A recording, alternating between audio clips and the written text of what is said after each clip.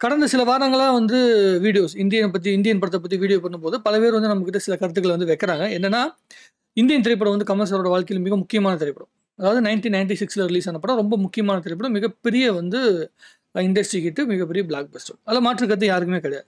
ஆனா இந்தியன் 2 படம் வரும்போது, அந்த படத்துல சில விஷயங்கள வந்து நான் ரொம்ப ரொம்ப மிஸ் பண்றேன்.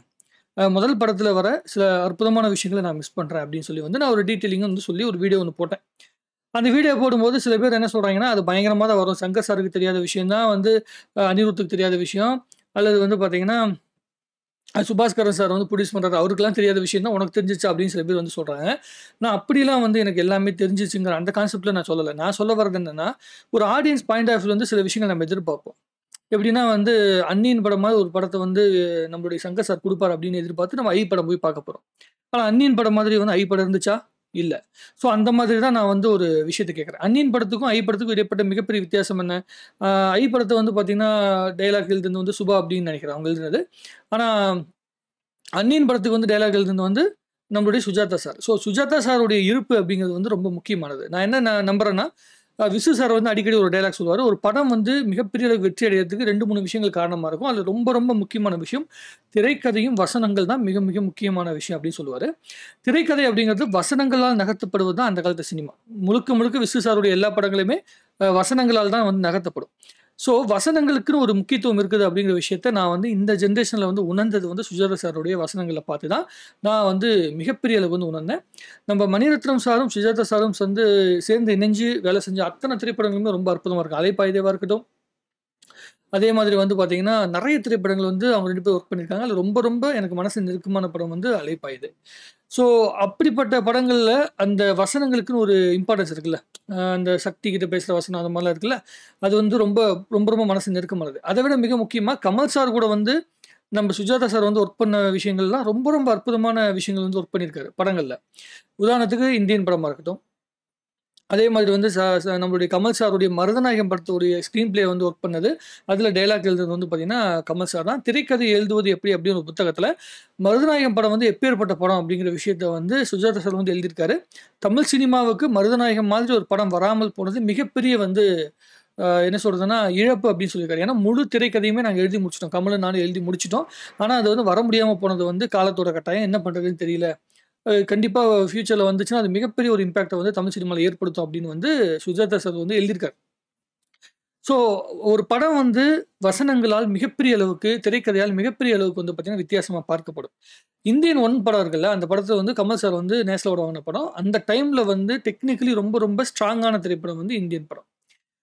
முதல்ல எனக்கு தெரிஞ்சு இந்திய சினிமால ஒரு டைரக்டர் சுபாஷ் சந்திர போஸோட படைக்குள்ள இருக்கிற ஒரு முக்கியமான ஒரு சேனாபதி இருக்கார்ல, அவர் சேனாபதிங்கிறது கேரக்டர். ஒரு முக்கியமான ஒரு படை வீரன பத்தி வந்து ஒரு படம் எடுக்குறார். ஸோ அது வந்து ரொம்ப வித்தியாசமான ஒரு உணர்வை வந்து மக்கள் மத்தியில வந்து கடத்துச்சு. இந்தியன் அப்படிங்கிற உணர்வை மிகப்பெரிய அளவுக்கு வந்து பார்த்தீங்கன்னா கடத்துச்சு. ஆனா இப்ப இருக்கிற அரசியல் சூழ்நிலை வேற, அப்ப இருக்கிற அரசியல் சூழ்நிலை வேற. அப்ப வந்து மக்கள் ஒரு படத்துக்குள்ள வந்து இந்திய உணர்வு அப்படின்னு சொல்லி பேசினா, அது இந்திய உணர்வா பார்ப்பாங்க. இப்ப வந்து இந்திய உணர்வுன்னு சொல்லி ஒரு படத்துல பேசினா, அதை எந்த மாரி பார்க்குறாங்க? அரசியல் ரீதியா தான் பார்க்குறாங்க. ஒவ்வொரு வருஷங்கள்லயும் ஒவ்வொரு படம் வந்து ரிலீஸ் ஆகும்போது, அரசியல் சம்மந்தப்பட்டதோ, இல்ல வந்து தேசபக்தி சம்மந்தப்பட்ட படங்கள் எடுக்கப்படும்போது, அந்த தேசபக்தி சம்மந்தப்பட்ட அந்த கதை இருக்குல்ல, அந்த சூழ்நிலைக்குள்ள என்ன அரசியல் நிலவுதோ, அத பொறுத்து தான் அந்த படத்துடைய வெற்றி வந்து அமையும். ஸோ இந்த திரைப்படத்துக்கு எப்படி அமையும் அப்படிங்கிற விஷயத்த நம்ம பொறுத்து வந்து பார்க்கணும் அப்படின்னு தான் நான் சொன்னேன். அது பல பேர் வந்து புரிஞ்சுக்கல. அதே மாரி இந்தியன் 1 படத்துல வந்து பார்த்தீங்கன்னா, ஏ.ஆர். ரஹ்மான் சாருடைய மியூசிக் வந்து பார்த்தீங்கன்னா, மிகப்பெரிய ஒரு இம்பாக்ட்ட வந்து கிரியேட் பண்ணுச்சு. மாயா மச்சந்திரா பாட்டா இருக்கட்டும், டெலிஃபோன் மணி போல் பாட்டா இருக்கட்டும், அதே மாதிரி தீம் மியூசிக்கா இருக்கட்டும். அதை விட மிக முக்கியமாக வந்து பார்த்தீங்கன்னா, கப்பலேறி போயாச்சுங்கிற பாட்டா இருக்கட்டும். அந்த பாட்டோட முடிவுல வந்து இந்தியாவை சார்ந்த அத்தனை விதமான கலாச்சாரம் சம்மந்தப்பட்ட ட்ரெஸ் வந்து பார்த்தீங்கன்னா, மாறி மாறி வரதெல்லாம் வந்து காட்டுவாங்கல்ல. அதுவா இருக்கட்டும். இது எல்லாருமே மிகப்பெரிய இம்பாக்ட் கிரியேட் பண்ணுச்சு. அந்த மாதிரியான மேஜிக்க இந்தியன் 2வால உருவாக்க முடிஞ்சால், இந்தியன் 2 மாதிரி ஒரு மிக அற்புதமான திரைப்படம் எதுவுமே கிடையாது. ஆனா சில பேர் என்ன பண்றாங்க, 1500 கோடி கலெக்ஷன் எடுக்கும் அப்படின்லாம் சொல்றாங்க. அது வந்து 1500 கோடி கலெக்ஷன் அப்படிங்கிறது ரொம்ப சாதாரணமான விஷயம் கிடையாது. தங்கல் அப்படிங்கிற திரைப்படம் மட்டும் தான் இந்திய லெவல்ல வந்து ஒரு 2000 கோடி கலெக்ஷன் எடுத்துச்சுன்னு சொல்றாங்க. ஆனா அந்த 2000 கோடி கலெக்ஷன் எடுக்கிறதுக்கு கிட்டத்தட்ட 1000, 1500 கோடி வந்து சைனீஸ் மார்க்கெட்ல, சைனாவோட மார்க்கெட்ல தான் அது மிகப்பெரிய ஹிட் அடையுது. ஏன்னா அங்க வந்து மல்யுத்தம் அப்படிங்கிற விஷயம் ரொம்ப ரொம்ப முக்கியமான விஷயம். அந்த அந்த ஊர்ல ஸ்போர்ட்ஸ்க்கு ரொம்ப இம்பார்ட்டன்ஸ் குடுப்பாங்க. நம்ம ஒரு மாதிரி வந்து வெறும் கிரிக்கெட் மட்டுமே வந்து ஃபோக்கஸ் பண்ணது கிடையாது. ஒலிம்பிக்ல விளையாடுகின்ற அந்த வீராங்கனைகள் அந்த ஒலிம்பிக்ல விளையாடுறதுக்காக ஜிம்னாஸ்டிக்கா இருக்கட்டும், அதே மாதிரி லாங் ஜம்பா இருக்கட்டும், குண்டெறிதலா இருக்கட்டும், மல்யுத்தமா இருக்கட்டும், இது எல்லாத்துக்குமே அங்க அந்த நாட்டை சேர்ந்த ஒவ்வொரு சிட்டிசனும் பயங்கரமா வந்து பார்த்தீங்கன்னா, ப்ரிப்பேர் பண்றாங்க. ஸோ, அதனால அதுக்கு மிகப்பெரிய வேல்யூ இருந்தனால, தங்கல் படம் வந்து அவ்வளோ பெரிய கலெக்ஷன் எடுத்துச்சு. பாகுபலி படம் வந்து எல்லாருக்கும் புரியும்படியான ஒரு கதைய வந்து கொண்டு வந்து குடுத்தனால மிகப்பெரிய ஹிட் அடைஞ்சது. ஆனா, இந்தியன் 2 திரைப்படம் வந்து தமிழ்நாட்டைச் சேர்ந்த ஒரு அரசியல் பேஸ் பண்ணி வந்து ஒரு படம் பண்ணப்பட்டிருக்கு.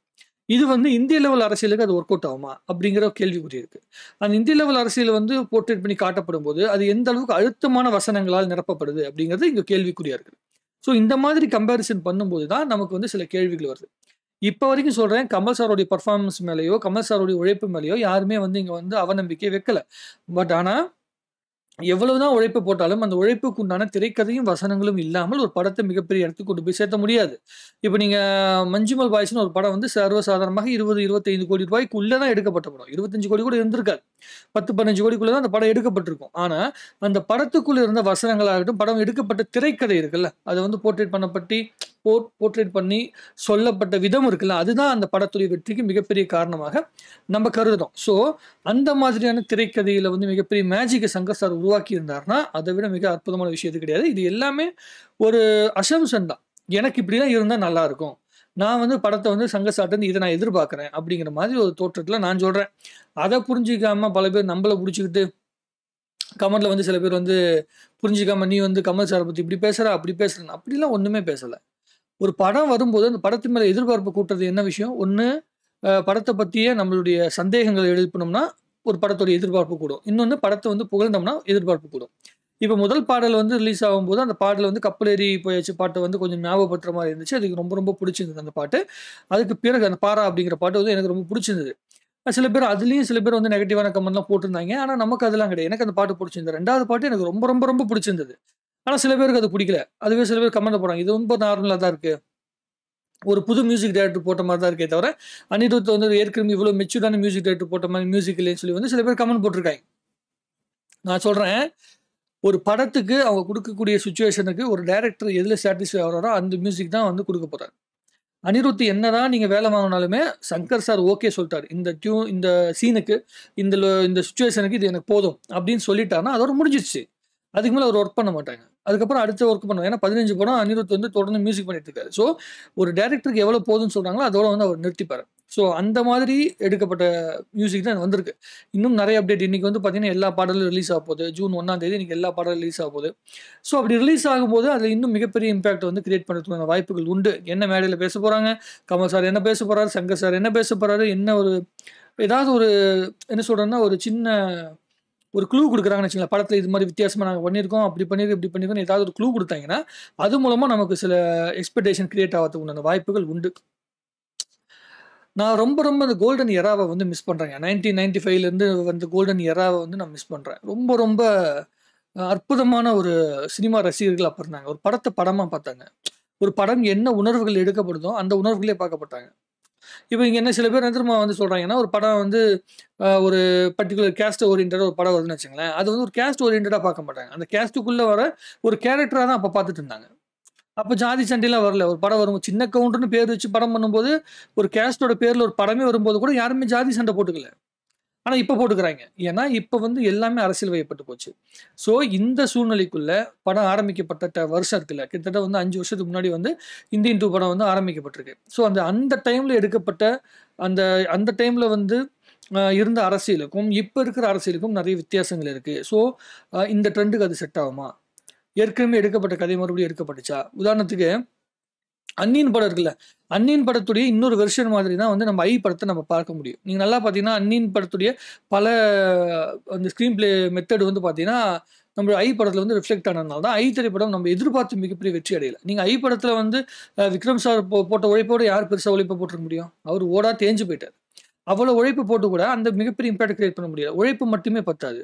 உழைப்புக்கு மேல அந்த உழைப்புக்கு உண்டான திரைக்கதை, வசனம், அதே மாரி பாடல்கள், மியூசிக் இது எல்லாமே வந்து பார்த்தீங்கன்னா வந்து சப்போர்ட் பண்ணணும். அப்படி சப்போர்ட் பண்ண ஒழிய மிகப்பெரிய வெற்றிய வந்து படம் பார்க்க முடியாது. என்ன பொறுத்தவரைக்கும் இப்ப இருக்கிற எக்ஸ்பெக்டேஷனுக்கு ஆன்லைன்குள்ள இருக்க எக்ஸ்பெக்டேஷனுக்கு கண்டிப்பா ஒரு மிகப்பெரிய வெற்றிய வந்து இந்தியன் 2 திரைப்படம் வந்து ஏற்படுத்தும்.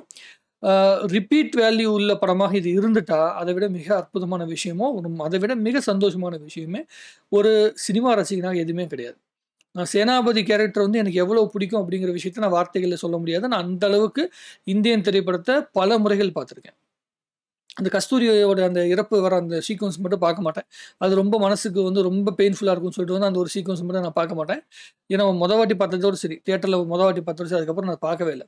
ஸோ அது வந்து ஒவ்வொரு வாட்டியும் அந்த சீன் வரும்போது ஸ்கிப் பண்ணிட்டு அந்த சீன் தான் போவோம். ஏன்னா அவ்வளோ பெயின்ஃபுல்லான ஒரு சீன் அது. ஸோ அதை தவிர்த்து மீதி அத்தனை விஷயங்களுமே ரொம்ப ரொம்ப ரசித்து பார்ப்பேன். குறிப்பாக சொல்லணும்னா அந்த டெலிவிஷனில் போயிட்டு வந்து அவர் நிழல் ரவியை போய் கடத்தி வச்சுட்டு வந்து முதல்ல ஒரு அடையாள கொலைன்னு ஒன்று பண்ணுவார்ல, அந்த சீன்லாம் சான்ஸே கிடையாது. அந்த சீன் வந்து நிஜமேலே நீங்கள் இப்போ யோசிச்சு பார்த்தீங்கன்னா இப்போ இருக்க ஆடியன்ஸுக்கு அது மிகப்பெரிய ஒரு லாஜிக்கல் மிஸ்டேக். யாருனாலையுமே அந்த லைவ் ரெக்கார்டிங் போன உடனே அதுக்குள்ளே போய் யாருக்கும் தெரியாமல் அது நடக்கிறதுக்கு வாய்ப்பே கிடையாது. அதே மாதிரி அந்த கெட்டப்பை பார்த்ததுக்கப்புறம் இந்தியனுடைய கெட்டப்பை பார்த்தோன்னே அவர் வந்து அமரர் ஊர்தியில் போகிறாருன்னு சொல்லி கேள்விப்பட்டோன்னே அடுத்த ஷார்ட்டே கட் பண்ணி அவர் வந்து ஒரு பீடி வண்டியில் போயிட்டுருக்கான்னு காட்டுவாங்க. அதே கெட்டப்லேயே போயிட்டுருப்பார்.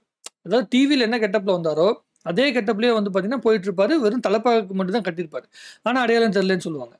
ஏன்னா மறுபடியும் மேக்கப் புதுசாக எதுவும் பண்ண வேணாம் அப்படின்னு சொல்லிட்டு வந்து அந்த மேக்கப்போட நிறுத்திட்டாங்க போல இருக்கு. ஆனால் அதை வந்து அந்த காலத்து ஆடியன்ஸ் வந்து அதை கேள்விக்குறியாக வைக்கல. அப்போது என்ன பார்த்தாங்கன்னா திரையில் தெரிகின்ற மேஜிக்கை மட்டும் ரசித்தாங்க. இப்போ நம்ம அந்த மேஜிக்கை மட்டும் ரசிக்கிற மனநிலையில் இருக்கிறோமா அப்படிங்கிறத யோசித்து பார்த்துட்டு அதுக்கப்புறம் நான் கேட்ட கேள்வி வந்து சரியாக இருக்குதா தப்பாக இருக்கா அப்படிங்கிற விஷயத்த நீங்கள் வந்து யோசிங்க. நான் எல்லா திரைப்படங்களும் வரும்போது அந்த திரைப்படங்கள் வெற்றி அடையணும் தான் எல்லா ரசிகர்களுமே எதிர்பார்ப்பான். எந்த திரைப்படங்களும் தோல்வி அடையணும்னு எதிர்பார்க்க மாட்டான். ரசிகன் தோற்றக்கூடாதுன்னு நினைப்பான். தியேட்டரில் போய் படம் பார்க்க போகிறோம். படம் பார்க்கும்போது நமக்கு என்ன உணர்வு வரணும்? இந்த படத்தை மறுபடியும் பார்க்கணுங்கிற உணர்வு வரணும். அப்படி வந்துச்சுன்னா அது நல்ல திரைப்படம். அப்படி வரலைன்னா அந்த திரைப்படம் வந்து ஆவரேஜான திரைப்படம். ஒரு வாட்டி மேலே பார்க்க முடியாது அப்படின்னா அது ஆவரேஜான திரைப்படம். ஒரு வாட்டியே நம்ம திணறி பார்த்தோம்னா அது நல்ல படம் கிடையாது. அதாவது நான் சொல்கிறது ஜென்ரல் ஆடியன்ஸுக்கு. நீங்கள் வந்து உடனே வந்து சினிமாக்கார மாதிரி கேமராவையும் மைக்கையும் டெக்னிக்கல் ஆஸ்பெக்டையும் எடுத்துக்கிட்டு நீங்கள் உருட்ட வேண்டிய அவசியம் இல்லை. தேவையே இல்லை. எல்லாருக்கும் டெக்னாலஜி தெரிஞ்சுக்கணும் அவசியம் கிடையாது. எல்லாருக்கும் கேமரா ஒர்க்கு கவனிக்கணும் அவசியம் கிடையாது. படத்தை படமாக பார்க்கும்போது அது நல்லா இருக்குதா அப்படிங்கிறது தான் பார்க்கணும். அது நடக்கும் அப்படின்னு நான் எதிர்பார்க்குறேன். ஆனால் இப்போ லாஸ்ட்டாக இப்போ ஒரு ஸ்டில் ஒன்று ரிலீஸ் ஆயிடுச்சு. அந்த ஸ்டில்லு வந்து பார்த்தீங்கன்னா அது என்னமோ எனக்கு ஒரு டிசப்பாயின்மெண்ட். அந்த ஸ்டில்லை பார்த்தோன்னே எனக்கு பயங்கர டிசப்பாயின்மெண்ட்டு. உங்களுக்கு அந்த ஸ்டில்லு பிடிச்சிருந்தா அது உங்களுக்கு வச்சுங்க. ஒரு நிமிஷம் அதை மட்டும் பார்த்துருவோமே. ரொம்ப மனசு கஷ்டமாக இருந்துச்சு அந்த ஸ்டில்லு. நம்மளுடைய கமல் சார் வந்து பார்த்தீங்கன்னா அந்த ஆடியோ லான்ச்சுக்காக ஒரு ஸ்டில்னு ஒன்று விட்டுருந்தாங்க. அது வந்து பார்த்தீங்கன்னா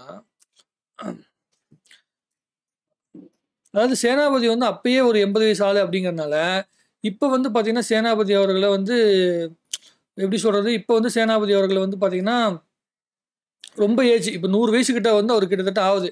அப்படிங்கிறனால அந்த சேனாபதி அவர்கள் வந்து அவர் வந்து பார்த்தீங்கன்னா இன்னும் கொஞ்சம் ஏஜ்டாக வந்து மேக்கப் போட்டிருக்காங்க. இப்போ நீங்கள் பாருங்களேன், இப்போ வரும் உங்களுக்கு ஸ்டில் இந்த ஸ்டில் வரும் பாருங்கதா. இந்த ஸ்டில்லு பார்க்கும்போது எனக்கு வந்து பெரிய இம்பேக்டை கிரியேட் பண்ணவே இல்லை. ரொம்ப கஷ்டமாக இருக்குது. ஆனால் வந்து சைடில் இருக்கிற அந்த சுபாஷ் சந்திர போஸ் சாருடைய படையில் இருக்கிற அந்த ஐஎன்ஏ மெம்பர் இருக்கார்ல, அந்த லுக்கு ரொம்ப நல்லா இருக்குது. ஆனால் இந்த லுக்கு எனக்கு பிடிக்கல. தலப்பா கட்டின லுக்கு வந்து பார்த்தீங்கன்னா ரொம்ப ஓல்டாக இருக்குது. ப்ளஸ் வந்து பார்த்தீங்கன்னா இதை வந்து அத்வானி சார்லாம் பழைய எல்கே அத்வானி சார் இருக்கார்ல, அவரையெல்லாம் வச்சு கிண்டல் பண்ணுறாங்க. அதுக்கப்புறமேட்டு நம்ம சலீம் போசன் நினைக்கிறேன் அவர் பேர், நம்ம வேதநாயகன்னா பயன்னு சொல்லுவார்ல, அவரையெல்லாம் வச்சு கிண்டல் பண்ணிட்டு கிடக்குறாங்க. எனக்கு அதுதான் கொஞ்சம் வருத்தமாக இருக்குது. மற்றபடி மீதியெல்லாம் ஓகே.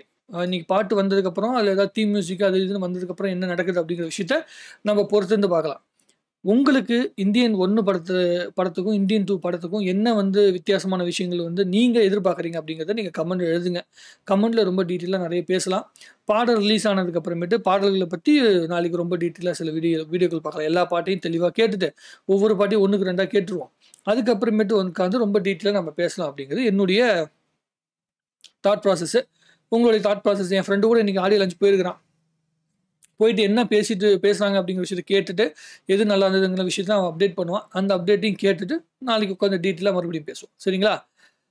உங்களுடைய கருத்துக்களை வந்து கமெண்ட்டில் போடுங்க. இன்னும் நிறைய பேசுவோம். வாழ்க தமிழ்நாடு, வளர்க தமிழ் சினிமா. தமிழ் சினிமாவுக்கு கண்டிப்பாக கூடிய விரைவில் ஒரு அற்புதமான இண்டஸ்ட்ரி கிட்டு தேவைப்படுகிறது. அந்த இண்டஸ்ட்ரி கிட்டு வந்து எந்த ஒரு நடிகர்கிட்ட கிடைச்சாலும் சந்தோஷம். சினிமாவை உயிராக நேசிக்கிற கமல் சார்கிட்ட இருந்து கிடைச்சதுனால எனக்கு மிகப்பெரிய சந்தோஷம். நான் ஒரு ரஜினி ரசிகன் அப்படிங்கிற மாற்றுக்கிறது கிடையாது. ஆனால் ரஜினி ரசிகனாகவே இருந்தாலும் சினிமா ரசித்ததுனால தான் ரஜினி சாரை ரசித்தேன், கமல் சாரையும் ரசித்தேன். ஸோ 2 பேருடைய அந்த 2 80s ஹீரோஸ் தான் வந்து பார்த்தீங்கன்னா, இப்ப தமிழ் சினிமால மிக முக்கியமான இடத்த வந்து தூக்கி நகர்த்திட்டு இருக்கிறாங்க. புது முயற்சிகள வந்து எடுத்துட்டு இருக்காங்க. ரஜினி சாரா இருக்கட்டும், கமல் சாரா இருக்கட்டும். அவருக்கு வந்து பக்கபலமா இருக்கிற எல்லா 80s ஹீரோஸும் ஹிட் ஆயிட்டே வராங்க. குறிப்பா சொல்லணும்னா நம்ம சரத்குமார் சாரா இருக்கட்டும், அப்புறம் நம்ம சத்யராஜ் சாரா இருக்கட்டும், எல்லாருமே இப்போ வந்து ஒண்ணா சேர்ந்துட்டு வராங்க. ஸோ அவங்க எல்லாரும் சேர்ந்து மறுபடியும் ஒரு மிகப்பெரிய இண்டஸ்ட்ரி கிட்ட வந்து குடுக்கணும். அந்த இண்டஸ்ட்ரி கிட்ட வந்து பார்த்தீங்கன்னா, யார் மூலமாக நடந்தாலும் பரவால்ல. 1000 கோடிய தமிழ் சினிமாவுக்கு விரைவில் தொடணும் அப்படிங்கிற விஷயத்த நான் ஆவலோட காத்துட்டு இருக்கிறேன். அதுக்கு பார்க்கணும்னு ஆவலோட காத்துட்டு இருக்கிறேன். உங்களுடைய கருத்துக்கள கமெண்ட்ல எழுதுங்க. இன்னும் நிறைய பேசுவோம். நன்றி. வணக்கம்.